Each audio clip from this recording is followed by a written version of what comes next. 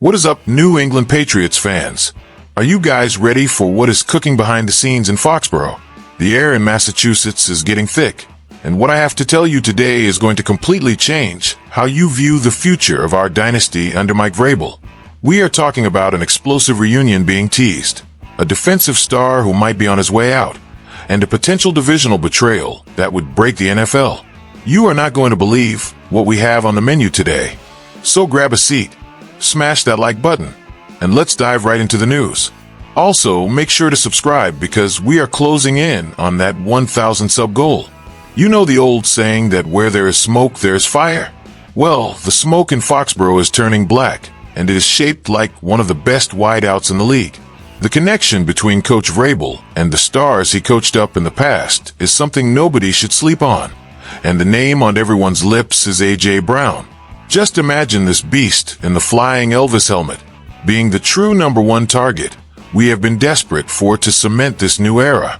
The history there goes way back to the 2019 draft, and Brown's recent comments on the Dudes podcast with Edelman and Gronk have the fan base losing their minds. He opened up about what it was really like working for Vrabel, and it is the kind of stuff that gives you chills if you value discipline and the Patriot way. Brown admitted that early on the relationship was so intense he used to write in his notebook that he hated his coach. He did that just to look like he was taking notes, so he would not get called out in meetings. That tells you everything about the culture Vrabel brought back to New England. It is a relentless accountability where nobody is bigger than the program. But what really matters to us right now is how much he was trolling with Jules and Gronk when they suggested he was basically already a Patriot. That little wink and smile set social media on fire. A.J. Brown knows that Vrabel's system brings out the best in him. And even with that massive Philly contract, the mutual respect they share is like a magnet. Strategically, landing a guy like this would take our offense to a whole different level, since we are still looking for that aggressive playmaker to win those big January games.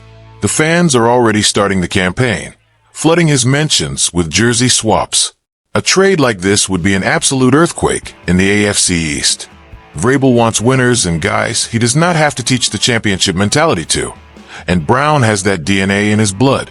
Even if the Eagles say they are not in a rush to move him, everything has a price in this league, and player empowerment usually wins out.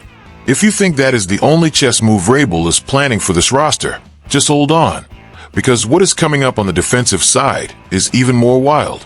While we are all losing it over the possibility of a new deep threat on offense, the ice is starting to crack under one of the pillars of our defense, Harold Landry, who was literally our sack leader last season with 8.5 takedowns, might be packing his bags to leave Foxborough a lot sooner than anyone anticipated.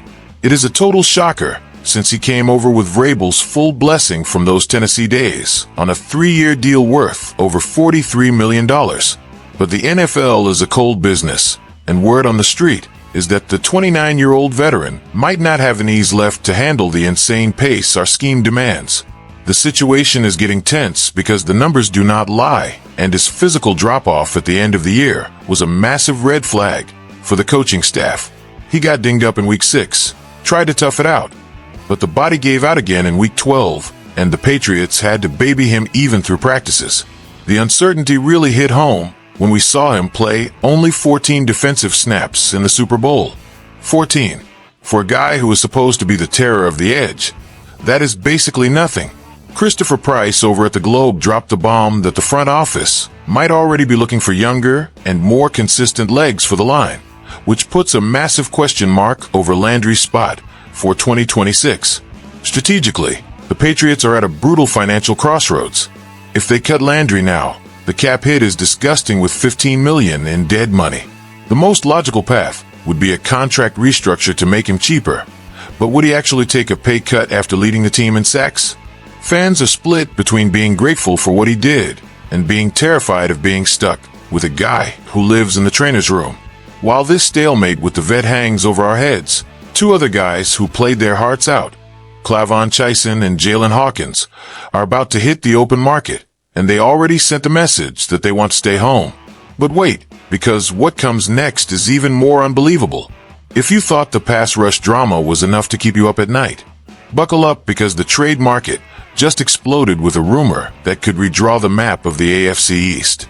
Our biggest rivals, the Miami Dolphins, are in the middle of a historic fire sale to fix their books, and All-Pro Minka Fitzpatrick has been put on the block. Yeah, you heard that right. One of the best safeties in the game, a legit ball hawk who punishes quarterbacks, could be available, and the Patriots were named by CBS Sports as the perfect landing spot for this monster. Just imagine for a second the damage Fitzpatrick would do playing next to Christian Gonzalez in our secondary. It would be a total no-fly zone in Foxborough, turning a defense that was already fourth in points allowed into an impenetrable fortress. But since nothing is ever easy with the salary cap, this move creates a massive strategic headache for Vrabel and our DC Zach Core. The cost to get Minka would not just be day 2 draft picks. It would be a cap hit of nearly $19 million in 2026. That is a massive all-in bet to chase the ring we just missed out on against the Seahawks. On the flip side, we have our guy Jalen Hawkins, who had the season of his life in 2025 with 4 interceptions and an incredible connection with the rookie Craig Woodson. Hawkins has already made it clear he wants to stay, calling New England his home, and he would be a much cheaper and safer option since he knows every single check in Vrabel's system. The big question dividing the fans on every message board and at the bars is simple. Is it worth sacrificing our financial future and draft capital for a proven star like Fitzpatrick? Or should we trust the continuity and growth of Hawkins, who proved he could ball under pressure? The front office is staying silent, but we know Vrabel loves guys with Minka's football IQ. The risk of seeing a talent like that go to another contender is terrifying, but the price of that divisional betrayal from the Dolphins might just be too high. Every choice made right now is going to echo through the entire 2026 season and decide if we are the hunters or the hunted. We are looking at some brutal decisions that will shape the next chapter of our dynasty here in New England. Between the explosive potential of adding A.J. Brown to the offense, the tough goodbye to a warrior like Harold Landry, and the strategic coin flip between the reliability of Hawkins or the star power of Fitzpatrick, General Mike Vrabel has a complicated board to play. The rebuild happened fast, but the next step needs to be perfect to get us back on top. What would you do if you were running the front office? Let me know in the comments, drop a like, and subscribe so we can hit that 1,000 mark.